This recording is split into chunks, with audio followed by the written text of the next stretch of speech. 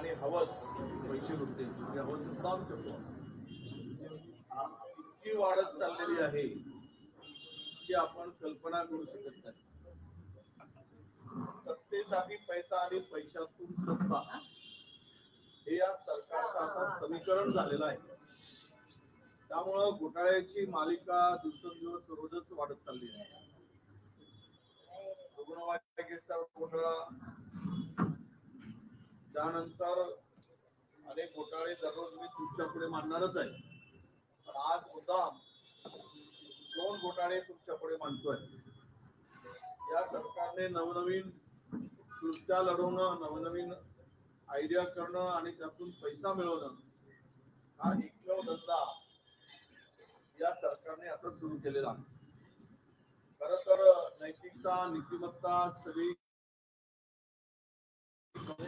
यांचे सगळे मंत्री हे संपूर्ण चौफेर आपल्याला दिसत आहे. काल बोलल्याप्रमाणे कायदा सुव्यवस्था किंवा इतर विषय आता काय संपले. त्यानंतरही काल आपण पाहिलं उद्धव मुख्यमंत्री करायला गेलेला आहे, पुन्हा मंत्रालयात रील तयार करतो. हे तर निलेश गायकवाड हा जामिनावर आहे आणि या जामिनावर असलेला गुंड मुख्यमंत्र्यांना भेटतो, मंत्रालयामध्ये रील तयार करतो आणि बाकीचे गुंडांना थेट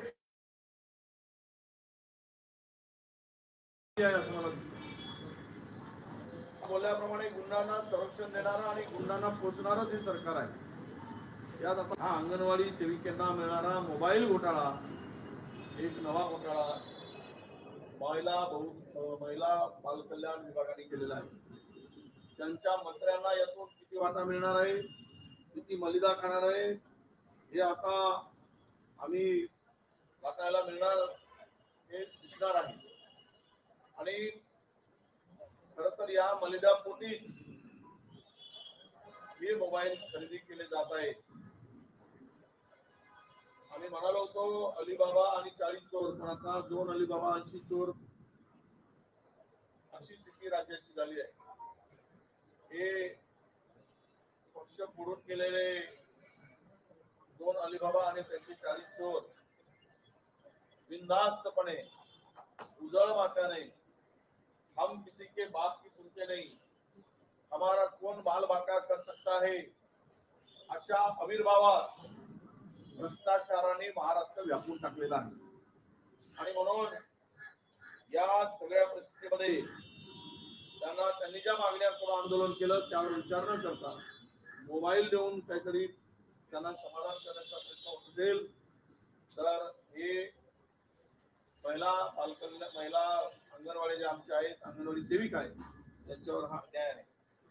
त्यांनी ग्रॅज्युएटी असेल, शासकीय कर्मचाऱ्यांना दर्जा देणे, महागाई निर्देशांकानुसार मानधनात वाढ करावं, निवृत्तीनंतर मासिक निर्वाह भत्ता, अशा अनेक गोष्टीची मागणी त्यांनी केली.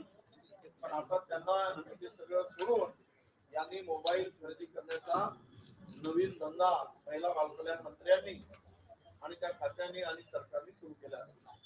याचा परिणाम नक्कीच या सरकारला भोगावं लागणार आहे. हा दुसरा प्रश्न. आणि तिसरा प्रश्न म्हणजे मी म्हणत आलो नेहमी की या सरकारला आता लोक मत देणारच नाही, सरकारला मत मिळणारच नाही. आणि कारण हे सरकार ज्या पद्धतीनं राज्यात सुरू आहे, शेतकऱ्यांच्या आत्महत्या वाढल्या, अनेक गोष्टीमध्ये या सरकार आणि राज्य मागासला आहे. आता यासाठी काय करावं तर याने आता महिलांना, अंत्योदयाच्या महिलांना साडी देण्याचा टेंडर काढलेला. म्हणजे बघा आता महिलांना साडीची भेट देऊन निवडणुकीच्या तोंडावर मतं मिळवण्याचा महाराष्ट्रातल्या पुरोगामी महाराष्ट्रात नवीन साडी घोटाळा या राज्यामध्ये आता सुरू झालेला आहे. त्याचे टेंडर काढून 2 लोकांना कंत्राटदार ठरवलाय. आणि या अंत्योदय शिधापत्रिकेवरील धारक जे आहेत त्यांना शासन निर्णय 10 नोव्हेंबर 2023 नुसार हे सर्व त्या महिलांना साडी देणार आहे. खरं तर या सरकारवर साडी नेसून मिरवण्याची आणि पदर झाकून मिरवण्याची पाळी आली आहे. डोक्यावर तोंड झाकून साडीचा पदर तोंडावरून झाकून फिरण्याची वेळ आल्यामुळं महिलांना साडी भेट देऊन मत मिळवण्याचा केविलवाणा प्रयत्न हे सरकार आता करत आहे. म्हणजे साडी घोटाळा नवीन आता हा प्रकाशात आलेला आहे. कारण साडीला हात घालणारी ही नराधम आहे. त्यांचं संरक्षण करता आलं नाही. राज्यामध्ये त्यांच्या संरक्षणाची हमी देता येत नाही. परंतु या बीपीएलच्या गरीब महिलांना मात्र मतासाठी लाचारी पत्करून साडी देण्याचा आणि त्यातून मत मिळवण्याचा हा सगळा प्रयत्न दिसतो आहे. तर राज्यामध्ये तरुणीवर महिलावर इतक्या मोठ्या प्रमाणात अत्याचारामध्ये वाढ झाली. गावगुंडाचा आणि रोड रोमिओचा हौदोस खुलेआम रस्त्यावर दिसतोय. आणि या सगळ्यामध्ये महिला सक्षमीकरण करण्यात हे सरकार अपयशी झालेलं आहे. आणि हे अपयशी सरकार ना रोजगार देऊ शकत, ना काम देऊ शकत, ना महिलाची इज्जत सुरक्षित ठेवू शकत. अशा परिस्थितीमध्ये यांनी साडी परिधान करण्यासाठी महिलांना मतप्रलोभन साडी देण्याची एक अभिष या सरकारने केलेला आहे. इतका खालच्या पातळीवरचं सरकार महाराष्ट्राच्या निर्मितीपासून पहिल्यांदाच महाराष्ट्रातील जनतेला बघायला मिळतोय. काही पक्षाचे राज्यातील प्रमुख फार अस्वस्थ आहेत. मी अस्वस्थ यासाठी आहेत की त्यांना हे सहन होत नाही. ते उघडे डोळ्यांनी सगळं बघत आहेत. एका मोठा पक्षाचा प्रमुख त्यांना तो डोळे यासाठी बंद केले की त्यांना काहीच करता येत नाही. त्यांनी व्यथाही काही ठिकाणी बोलून दाखवले आहे. त्यांना आवरताही येत नाही आहे. कारण घोडा चौफेर उधळतोय आणि हा घोडा किती लोकांना उधळून पायाखाली टांगाखाली चिरडणार आहे येणाऱ्या काळात दिसेल. यामध्ये हे काम एकात्मिक व शाश्वत वस्त्रोद्योग धोरण 2023-27 जाहीर केला आहे. आणि या धोरणानुसार वस्त्रोद्योग विभाग साडी वाटप करणार आहे. वारे सरकार, वारे पट्ट्यावर, वारे लुटारांनो, वारे डाकू अशी म्हणण्याची वेळ आता राज्यावर आलेली आहे. हे सगळं पाहिल्यानंतर या सर्वांची किंमत साधारणतः 372 रुपये साडीची किंमत असेल. आणि यामधून माझ्या म्हणजे 25 लाख कुटुंबांना या साडीचा लाभ दिला जाणार आहे. ही प्राथमिक माहिती आहे. पण आमच्या माहितीनुसार 1 कोटी साडी खरेदी करण्याचा निर्णय घेतलेला आहे. सुरुवातीला एक कमी दाखवलेला आकडा आहे. 1 कोटी महिलांना साडी देऊन 1 कोटी मतं मिळतील आणि आम्ही पुन्हा सत्तेवर येऊ अशी या सरकारची एकूणच या कामाच्या देण्यामागचा उद्देश आहे. आणि म्हणून हे पैसे जर साडी देण्याऐवजी हेच पैसे महिलांच्या सुरक्षितेसाठी खर्च केले असतील तर महाराष्ट्रातील आमच्या तरुणी महिला बहिणी यांची इज्जत सुरक्षित ठेवता आली असती. तर इज्जत साडीला हात घालून साडी देऊन साडीला हात घालत असाल तर महाराष्ट्र तुम्हाला माफ करणार नाही. अशा दारिद्र्यांना महाराष्ट्र त्यांची जागा दाखवल्याशिवाय राहणार नाही हा मला पूर्ण विश्वास आहे.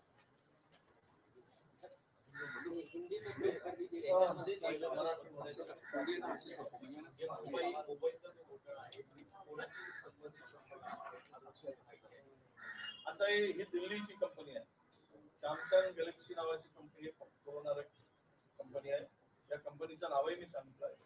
अर्थात काम कोणाला द्यावं सगळं मॅनेजर्स आहे. त्यांनी सिलेक्ट केलेला आहे. जो ज्यादा कमिशन देगा उस कंपनी को काम मिलेगा. हे कमिशन खाण्यासाठी मलिदा खाण्यासाठी काढलेलं काम. कोणत्याही महिला अंगणवाडी सेविकेची मागणी होती का? पत्र दिलं होतं का आम्हाला मोबाईल द्या म्हणून? मानधनात वाढ करा, आम्हाला निर्वाह भत्ता द्या, आम्हाला ग्रॅज्युएटी द्या, ही मागणी होती. ती मागणी बाजूला गेली आणि आणि यांनी महिलांना मोबाईल देण्यासाठी हा जो निर्णय अंगणवाडी सेविकेचा हा फक्त आणि फक्त भ्रष्टाचार साठी घेतलेला आहे. कोणता हँडसेट आहे तो सॅमसंगचा, त्याची बाजारभावातली किंमत आणि टेंडर मधली किंमत किती तफावत येऊ द्या. दुसऱ्यांदा करणार हे आता यांनी हे टेंडर काढलेलं आहे, ते कंपनीला काम दिलेलं आहे. तो कोणता मोबाईल देतात, तकलादू देतात 2-4 वाला, ज्याची किंमत 12,000. कारण एवढ्या मोठ्या प्रमाणात जर तुम्ही खरेदी कराल, साधारणतः 1,14,974 इतके मोबाईल खरेदी होणार. त्याची किंमत जे आता होईल 155 कोटीला विभागली तर साधारणतः 15-14 हजाराच्या जवळपासचा मोबाईल असणार. आणि मग काय असणार आहे त्याच्यात, हे मग आम्ही एक्सपर्ट करून काढू, त्याची मार्केट मधली किंमत काढू आणि वरचे किती पैसे महिला बालकल्याण विभागाने मंत्र्यांनी खाल्ले, सरकारने खाल्ले, हे तुमच्याकडे मानू. बजेट किती फायनल आता 155 कोटी रुपये यावर तरतूद आहे. कदाचित हा आकडा पुन्हा वाढण्याची शक्यता आहे.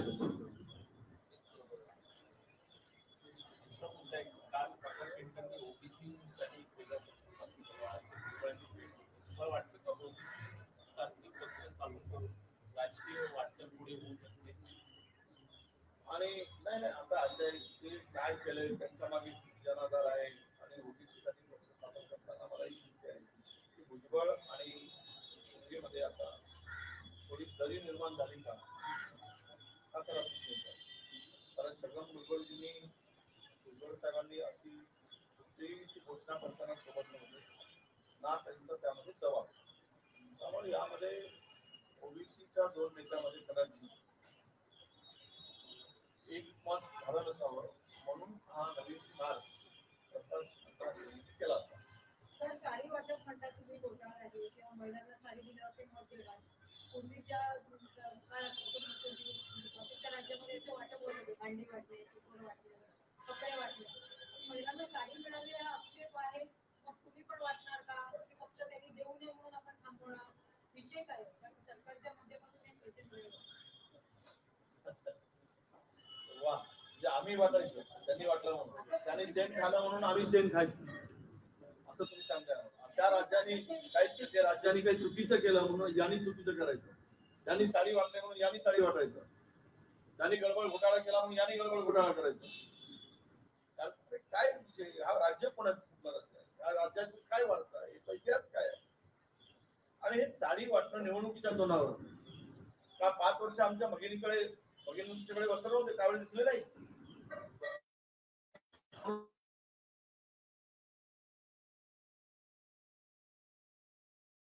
मिळवण्यासाठी केलेला आहे, मताच्या लाचारीसाठी केलेला आहे. या लोक हाणतील म्हणून हे साडी वाटप करून काहीतरी स्वतःची इज्जत गेलेली पद मिळवण्यासाठी केलेला केविलवाना प्रयत्न आहे. मराठा आरक्षणासंदर्भात जे सर्वेक्षण झाले जवळपास 95% सर्वेक्षण पूर्ण झाले आणि त्यात सांगितलं होतं की त्यात जातींचा सुद्धा आधार घेण्यात आलेला आहे. जाती डेटा विचारताना केवळ खूप मराठा समाजाचा नाही, इतर जातींचा सुद्धा अभ्यास केला जातो. सर्वेक्षण जे झालं हे सर्वेक्षण 7 दिवसात होतं काय महाराष्ट्राचं, आणि ज्या माहिती जे प्रोफार्मा वरून दिला त्या सगळ्या चुकीच्या माहिती दिल्या. अत्यंत दोष सांगेल त्यांनी लिहायचे आणि ते माणसाचे जे माणसं पाठवले दारादारा त्याची त्या ठिकाणी माणसं ते सगळं गोळा करण्यासाठी पात्र होते का, हा करावं. आणि म्हणून ही सगळी जी माहिती आहे ती वेळ मारून नेण्यासाठी केलेली माहिती आहे. पूर्वी सुद्धा गायकवाड समितीने असाच अहवाल दिला आणि आज शुक्रे समिती करते, त्यात मला वाटत नाही. अनेक कापड समिती पासून जे काही नाकारलं गेलं त्याच्यात ते बसत नाही, सर्वोच्च न्यायालय नाकारलं गेलं. तुम्हाला हे आरक्षण द्यायचं असेल तर 50% मर्यादा वाढवूनच काहीतरी करावं लागेल. हे सोंग करून निवडणुकीच्या तोंडावर मराठा समाजाची फसगत करण्याचं काम सुरू आहे. एकीकडे ओबीसीची फसगत करताय, दुसरीकडे मराठा समाजाची दिशाभूल. हे उपाय आहे आणि याचं प्रायश्चित्त या सरकारला भोगावं लागणार. करके सर आपने काफी गंभीर आरोप लगाए जिस तरह से सीएम की मुलाकात हुई है नीलेश कुमार नहीं, ये देखिए सीएम से मुलाकात करके आए रिकॉर्ड उस गुंडे ने नीलेश गायकवाड़ ये अभी जामीन पे छुटा हुआ है और इसको ऐसा गुंडा है गुना का कि उसको मुख्यमंत्री ऑफिस में आकर मुख्यमंत्री से मिल सकता है, बाकी लोग कतार में खड़े हैं आम जनता, और ये गुंडा जाके डायरेक्ट सीएम से मिलता है। क्या जरूरत है सीएम को ऐसे गुंडों को मिलने की? इसने मिलाया और मिलाने वाले हैं तो उनका क्या हेतु है? क्या आप राज्य में छत्रपति शिवाजी महाराज का राज्य ही है स्टेट है, इसमें क्या गुंडा राज लाना चाहते हो? और यह गुंडा खुलेआम मंत्रालय में रील तैयार करता है और रील डालता है। ये क्या चल रहा है? ये ऐसा कभी देखा नहीं इस राज्य के अंदर, ये यहाँ पे दिख रहा है। कभी साड़ी वाटप हो, मोबाइल वाटप घोटाला हो, ये क्या जरूरत है? इस सरकार की इज्जत पूरी खत्म हो चुकी है, मिट्टी में मिल चुकी है। और इसमें साड़ी वाटप में करीबन ये दोनों घोटाले मिलकर 400 करोड़ के आसपास ये घोटाला। और इसी आंगनवाड़ी मदर सेविका ने मोबाइल मंगा ही नहीं, उन्होंने ग्रेजुएटी मंगा था, उन्होंने अपना मानधन बढ़ाने की, पगार में बढ़ाने की बात की थी, इसके ऊपर इन्होंने ध्यान नहीं दिया। अगर ये पैसे उनके अकाउंट में डालते तो वो ले लेती थी, और इनको एक दिल्ली के कंपनी को काम देकर इसका कमीशन लेना था, भ्रष्टाचार करना था, इसीलिए ये घोटाला किया गया है। अब साड़ी की जरूरत इसीलिए पड़ी, बहनों की इज्जत तो सुरक्षित नहीं है राज्यों में, महिला हो तरुणियों, लोग खुलेआम हमारे बहनों के ऊपर साड़ी का हाथ लगा रहे और ये साड़ी बांटने का काम कर रहे। अरे तुम उनका संरक्षण करो, ये पैसा उनके सुरक्षा के लिए लगाओ, ये लोग करते हो उनको साड़ी भेंट देकर। अगर ये लोगों को लगता होगा ये नालायक सरकार के जब साड़ी बांटकर हमको वोट मिलेगा, वोट तो मिलना, वोट भी मिलाने के लिए और कमीशन भी खाने के लिए इलेक्शन में, ये इलेक्शन अभी सामने है, तो पैसे जमा करने के लिए ये घोटाला किया जा रहा है। ये घोटाले में वो विभाग के सब लोग इसमें इन्वॉल्व हैं। सर कल प्रधानमंत्री मोदी का भाषण था बकायदा लोकसभा में, उन्होंने राहुल गांधी पे निशाना साधते हुए कहा कि कांग्रेस बार बार एक ही प्रोजेक्ट को रीलॉन्च करती है और 400 पार का नारा 400 पार से ज्यादा सीट्स आएंगी, इस तरह का उन्होंने कॉन्फिडेंस जताया लोकसभा में, क्या कहेंगे? और वो ईवीएम के भरोसे बोले होंगे उन्होंने, हो सकता है 400 500 क्या 545 500 वो पूरे के पूरे भी बोल सकते 4 544, वो एक भी कम नहीं आएगा। कोई अपोजिशन पार्टी को खतरा ही नहीं है, उनको अगर कोई आवाज उठाता है उनको दबाना है, खत्म करना है। उनके सीएम को जिस ढंग से बहुत सारे राज्यों के व्यवहार हो रहा है, ये सब देखते हुए डेमोक्रेसी बची है क्या? सवाल ये आता है। और सवाल पार्लियामेंट के जगह में प्रमुख तौर पे राजनीतिक भाषा नहीं होनी चाहिए, वो भी भाषा अभी वहाँ का भी वापर जाहिर सभा भी जो बोलते हैं वहाँ पे भी वही भाषा हो रही है। इसका मतलब सीधा है कि आप लोग हम लोग किसी की सुनेंगे नहीं, हम बोलेंगे वही सुनना पड़ेगा, हम करेंगे, हम आदेश करेंगे वही करना पड़ेगा। और राहुल गांधी को क्यों इतना डर है? वो तो अपना काम करते जा रहे हैं, महाराष्ट्र वो देश को घूमते जा रहे हैं, लोगों के दिमाग में हमारी अपने न्याय के लिए, हक के लिए विचार रखते जा रहे हैं, लड़ते हुए न्याय मांगने के लिए घूम रहे हैं। तो इनको डर क्यों लगता है? वो कौन से पद पर है राहुल गांधी? वो क्या देश के बड़े पद पर है? अगर एक नेता जनता के हित में रस्ते पर उतरकर काम करता है तो डरने की क्या बात है? ये इसका मुझे पता नहीं। सर कल जो स्पीच थी वो पार्लियामेंट में ऐसी स्पीच थी कि इलेक्शंस की जो कैंपेनिंग रहती है वैसी स्पीच थी, ना कि एक जवाबदेही जो बनती है अपोजिशन की तरफ वैसी स्पीच नहीं थी। ऐसा है स्पीच के बारे में मैंने थोड़ा तो इलेक्शन का दौर तो चल रहा है ना, स्पीच तो इलेक्शन की होगी, लेना लेना तो कुछ नहीं है, इलेक्शन की होगी।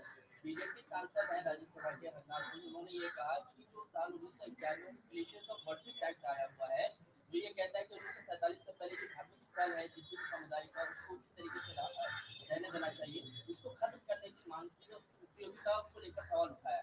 ये कहा है कि आने वाले दिनों में मथुरा और काशी के विवाद सुलझाने में अगर ये एक्ट रह गया जो नरसिम्हा राव ने लाया था, तो उससे फिर आगे मुश्किल होगा, इसलिए इसको खत्म कर देना चाहिए। ये कौन सी संस्था है बोला? बीजेपी के सांसद है हरनाथ सिंह, उन्होंने स्पेशल वर्शिप एक्ट को 1991 को खत्म करने की मांग की है। ऐसा है